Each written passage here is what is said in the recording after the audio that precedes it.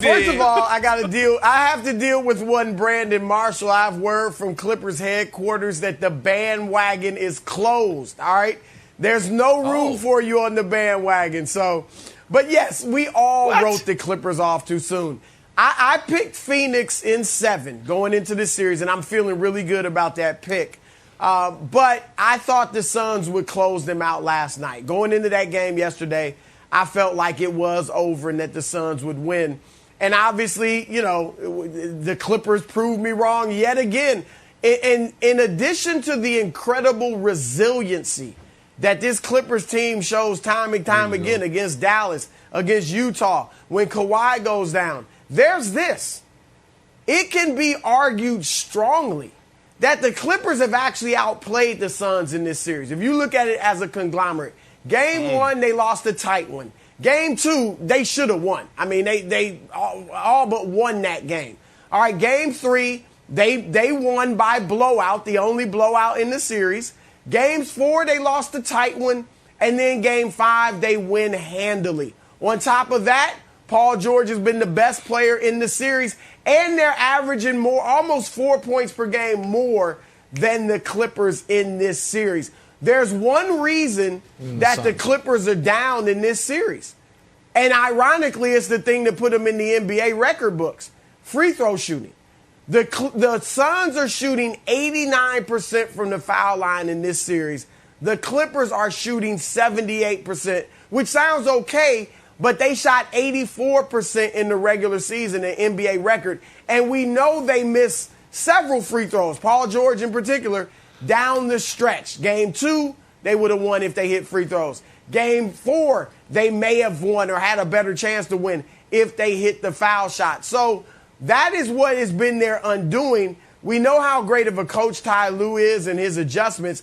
So look, they have a really legitimate chance of winning this series. There's no doubt about it.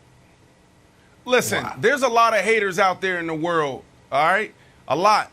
And the good people, the strong people, they put their hater blockers on and they block them out. But then there comes those moments where the people in your inner circles, when they start criticizing you or they push back on you and they challenge you, you take those hater blockers off and you're like, yo, what's going on here? So the Clippers, they don't need to shut the bandwagon, because I was one of the first at the beginning of the year said, no, I believe in playoff P. I know he's going to overcome those challenges. Kawhi Leonard talking about load management and talking about he's not a leader and, he has his own separate locker room. I was one that said, that doesn't matter. It doesn't matter. And I held strong no matter what was the situation. Series 1, when they was down, when they facing elimination, I said they still had a chance. The second series, I said they still had a chance. And I held strong no matter what. And then Kawhi Leonard goes down, and we have to face reality. But on the other side, you know, last year I read Art of War. Do you guys not read? This is a tactic. This is a strategy, Nick. Like, these guys listen. These guys know who I am. They know I've been pounding the pavement for them. So for me, when you see me take the hater blockers off and say, guys, y'all need to get it together. It's over.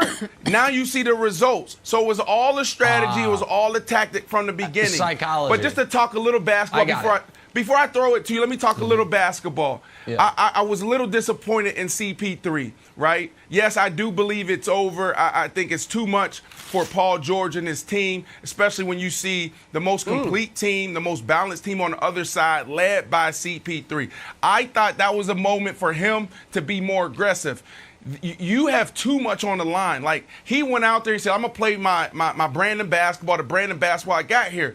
But the greats, what they do in these biggest moments, these are the moments where you're like, man, that game was special. They dropped 40. They went for 45. Or they had 20 rebounds, or et cetera, et cetera. So I thought he was going to be more aggressive. He wasn't, and that's why they lost this game. So I still have the Suns winning. And unfortunately, unless Kawhi Leonard magically comes back and he's not in the box anymore, it's over. And listen, I also think the Suns are going to win the series, but I think there's a level of anxiety in that Phoenix locker room that does not currently exist inside the Clippers locker room at all. And Chris Paul has not been good since he came back from COVID. He's 32% from the field, and he's 13% from three. It's been a huge problem. But so here's the deal. I'm going to try to use a show analogy. Next year, when Chris Broussard makes his playoff picks, there's going to be a level of anxiety that I am going to have on Broussard's behalf.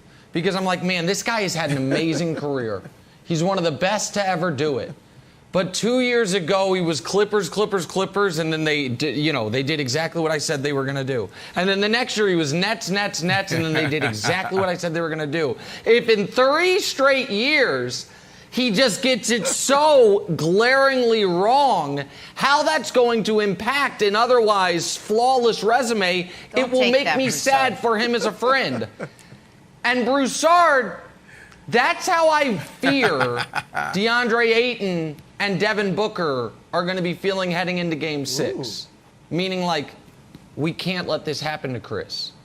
Like, this was supposed to be Chris's moment. Last night was supposed to be his coronation. Greatest player ever to not make the finals, gets rid of that label. It's at home. Everything is going in the Suns' favor. And they lose. And now they have to go to L.A. where that game's a pick'em in Vegas. And then all of a sudden, if it's a Game 7, I'll tell you who's not worried about a Game 7. Ty Lue in that Clippers locker room. They're like, oh, you adopted the dark. We were born in the dark. Like, they're like, no, this is where we live. On the flip side, Broussard, the Suns have been going through these playoffs without any real pressure. The first round is a 2 versus 7. There's pressure. No, not when the 7 is the Lakers and everyone's picking the Lakers. Round 2, you sweep the MVP, and in round 3, you immediately get up 2-0, and the other team's best player is hurt. Like, it's like, oh, this is all great. We're rested. We have everything going for us. So I feel like for Ayton and Booker, there is the pressure of the biggest games of their life because they've never been in the playoffs, and the added pressure of, oh my God, what if Chris Paul doesn't make the finals and it's because he blew another 3-1 lead and it's when Kawhi's not there? I just think that is a real thing that the Clippers might be able to tap into a little art of worry to play against the Suns in Game 6. That would make me anxious. Well, first I'm gonna let the little foolishness you spouted about my picks. I'm gonna let that go because we know you picked the Lakers. So, but somehow that's forgotten. Yeah, last year too, though. But anyway, yeah, last year too. I want to throw. I want to throw this at you, Nick. I mean, you're putting it on Booker and Ayton. What about Chris Paul?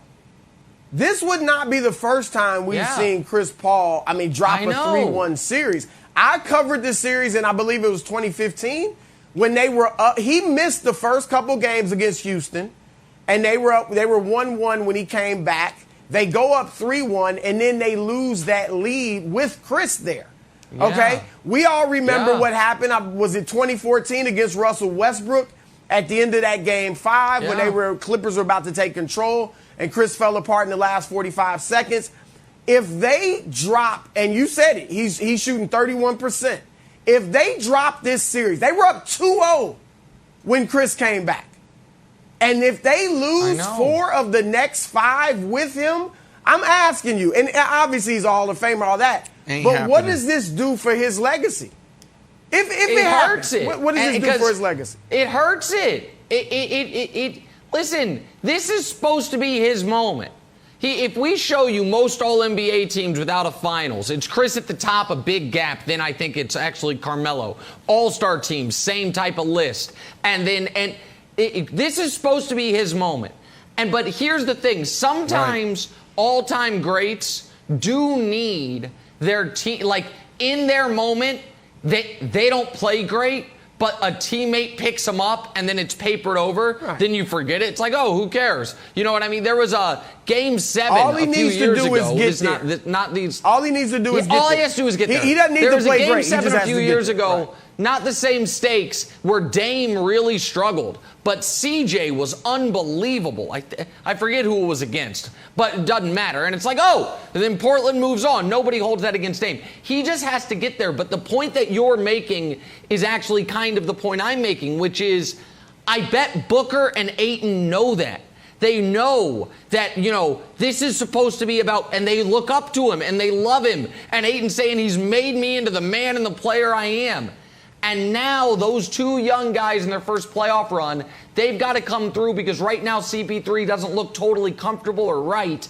And that's what I think the Clippers, Jenna, are going to play into and try to tap into. And Ty Lue is as good as anyone in the world at doing just that. Thanks for watching. Subscribe here to get the latest from the show. Also, be sure to check out more of the best clips from First Things First, or go watch a few segments from our other shows on FS1.